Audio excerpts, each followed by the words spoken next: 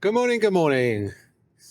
I'm going into work a bit later than normal this morning, as you can probably tell from the timestamp. But it's a lovely day, but not very good for photography.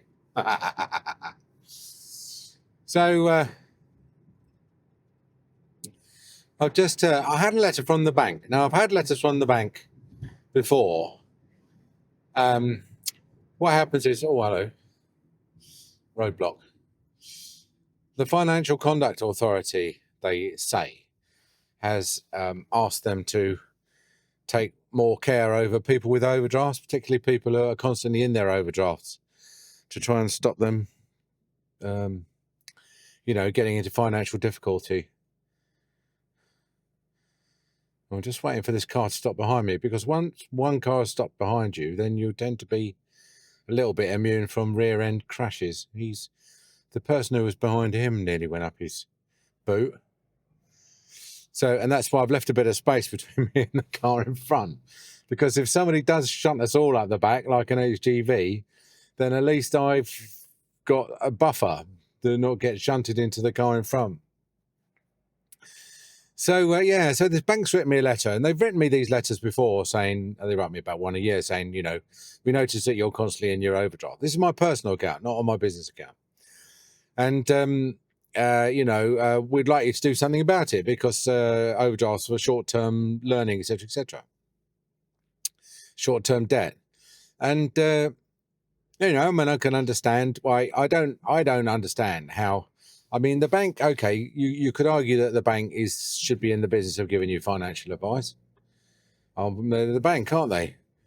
But I mean, I think the bank should be in the business of loaning you money, not necessarily telling you how much to borrow and what you can do with it, etc., etc. Oh God, what are they doing here now? Even the fast roads are being closed now. So, I mean, I get a little bit annoyed when they send me these letters. I objected to the wording a bit, which said, because we'd like to talk to you about your overdraft. Now, when I rang up and said to the very lovely lady, because I'm a premier customer, so I get top-notch telephone support, I said, this is a bit sort of, ambiguous, this wording. We'd like to talk to you. It doesn't say, like, please, will you ring us? But on the other hand, it's got a bit of an overtone of, if you'd like to talk to us, then we'd like to talk to you, And I'm sure it's deliberately written like that. So, but, if the bank, my father was a bank manager, right? And I always remember something he told me. And he said that people who get themselves into trouble over money, he said the reason why they get themselves into so much trouble is that they ignore the problem. He said the bank tries to get in touch with them, and they won't talk to the bank. They won't pick up the phone. They don't open the mail. They don't reply to letters. And so he said, then the bank escalates things, and they've got no option. He said, whereas almost always there's some sort of, thing that can be done, some extension of the overdraft or conversion of the overdraft to a loan, or taking some security against the borrowing and whatever. And so I've never, if the bank, and my bank is HSBC, if my bank has ever said to me or intimated that they'd like to me to get in touch with them, I get in touch with them. And that's because I don't want them to, when they look at their record of contact with me, I don't want them to see that I'm a recidivist customer. In other words, they've tried to get in touch with me 10 times, and I haven't replied. I haven't rung back. I haven't responded. So I rang up and I said, look, I know that you've got, since COVID, you've got the duty of care to all your customers to make sure they're not in financial difficulty, etc., etc.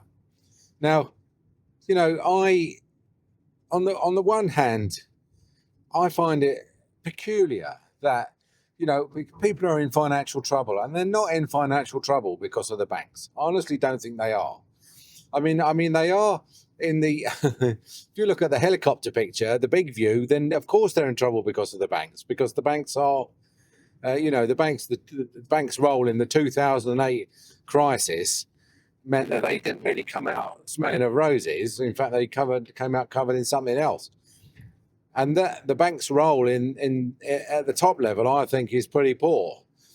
But the fact that I've got a £5,000 overdraft and I'm £1,400 overdrawn at the moment, I don't think is, how can I put it? I don't think that the banks are going to telephone call people into being prosperous when the government is debased the money so that the pound has lost its purchasing power, and we've got the highest tax rates we've ever had. That is why nobody's got any bloody money to pay their bills. Not because they've got X pounds of overdraft that they're using. Now, so that's on the first thing, and then the second thing is that really I don't think, we've got to the point where the banks are now starting to tell everybody how to use their money, and I object to that because I was with Barclays when I qualified in 81, 82. And then in 83, 84, I wanted to open my own practice. And I went to Barclays and I said, can you lend me the money to, open a dental practice? It wasn't a lot because I didn't buy a dental practice. I bought a freehold shop unit for about 32 grand I wanted to borrow. And the cost of equipping it, which probably made it about 50 grand, which I appreciate in 1984 was not nothing. Oh, hello. Don't know what I can do about that. Sorry, I'll just drive around the corner and move the sun for you. And, and Barclays said no. And Barclays I thought they'd been great to me because as a student, I'd built up an £8,000 overdraft. And as a student, you can do a hell of a lot of things, can't you, with £8,000?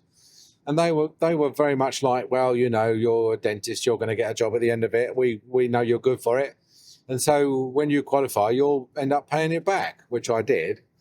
But then when I wanted to start my own practice and become a dentist, they were like, well, that's a different kettle of fish. Thanks very much for all the overdraft, the loan interest and everything on the 8,000. But, we're not interested.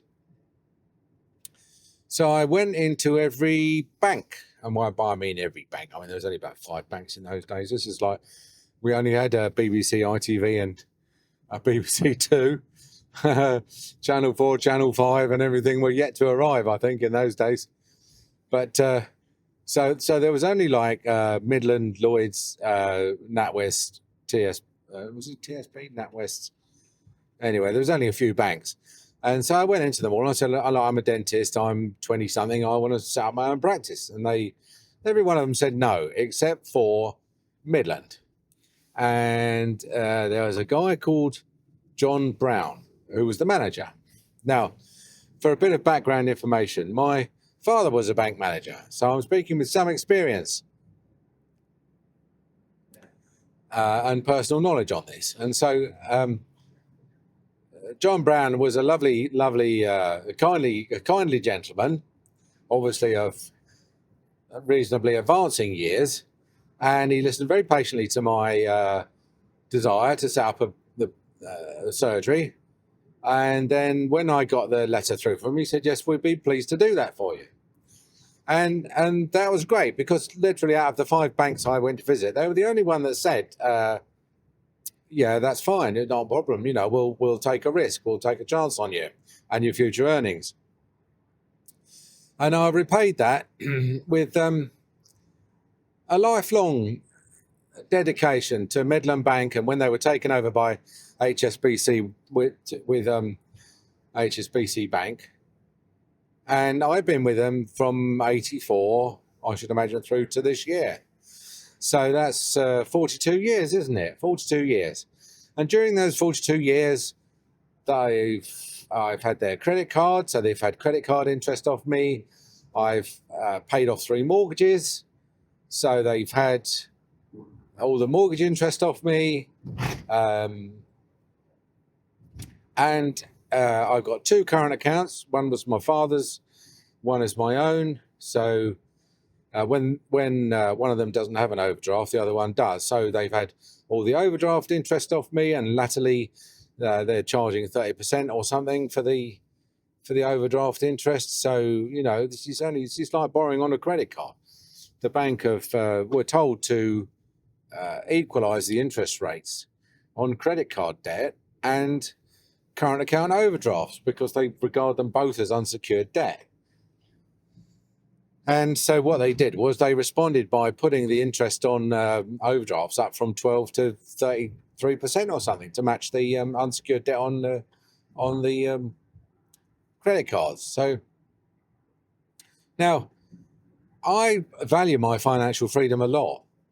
And what most people don't know is that when you put your money in a bank, it's you're making them a loan. You're making them an unsecured loan because they don't give you any security. So if you say you've got £10,000 or £20,000 on deposit at the bank, most people will think that's their money, but it's not. It's actually the bank's money.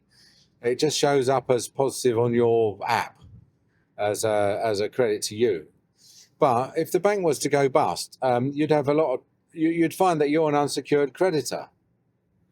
So, and that's why the deposit insurance scheme comes in 85,000 or whatever it is. And everyone's like, oh, well, I've only got 20,000 in and this 85,000 is secure. So I'm not that worried. But in fact, what you don't know is that they may well close the banks for a while. That you won't just get, you'll be in a very long queue if you go down the bank and say, oh, can I have my £20,000 out? Because they won't give it to you. The most they'll probably do is transfer it from your bank to another bank, and so it still remains like invisible, intangible money. And best case scenario, they let you draw it out about £200 a week, so that you can at least buy some groceries and stuff. And I know this because this is exactly what happened in Cyprus when the same thing happened. And also, if the bank's in trouble, they'll say, well, you're a customer of the bank, and therefore you should take part of the blame, pay part of the debt. So you thought you had 20,000 in, but you haven't, because all the customers are taking a 25% haircut. So you've actually only got £15,000 in the bank. So so again, all the time that my current account has been in interest over the last 42 years, I've loaned them money, which they've lent out. Not only have they, latterly they have not even needed my money to lend out, because the idea that banks take in money and then lend it out is, if you think that, man, you're living in Venice, in 14th century Venice. The banks don't need any money in their vaults to lend. They now have zero reserves. So in effect, when you're in credit, what you're doing is you're just lending money to the bank free of charge. So they said to me, look, for someone who pays in as much as you do, that really we'd only be comfortable with an overdraft limit of 1,200 quid against 5,000. Now I'm 1,400 overdrawn, and I've got £500 in another account in credit. So in fact, I'm net 900, and they would be happy with 1,200, so they want to bring the limit down from, I suppose, 5,000 to 1,200. And I said to them, look, I want to do whatever makes the bank happy. If the bank says they want to bring my overdraft limit down to 1,200, then write me a letter and say that you're cancelling my overdraft and bringing it down to 1,200.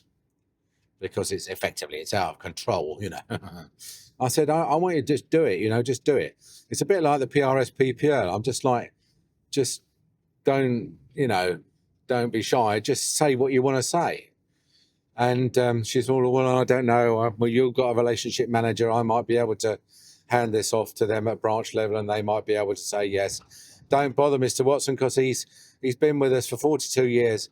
He knows what he's doing. He's happy that he's not in financial trouble, blah, blah, blah. But then, of course, if I was in financial trouble, I would still say I wasn't in financial trouble, wouldn't I? So, I don't know what they expect me to say. You just can't get out of this, It's like, there'll be, oh, well, he would say that, wouldn't he? So I am quite happy to pay off the overdraft, pay off my credit card, close all my accounts, and just take out a personal account with Lloyd's, who handles my business.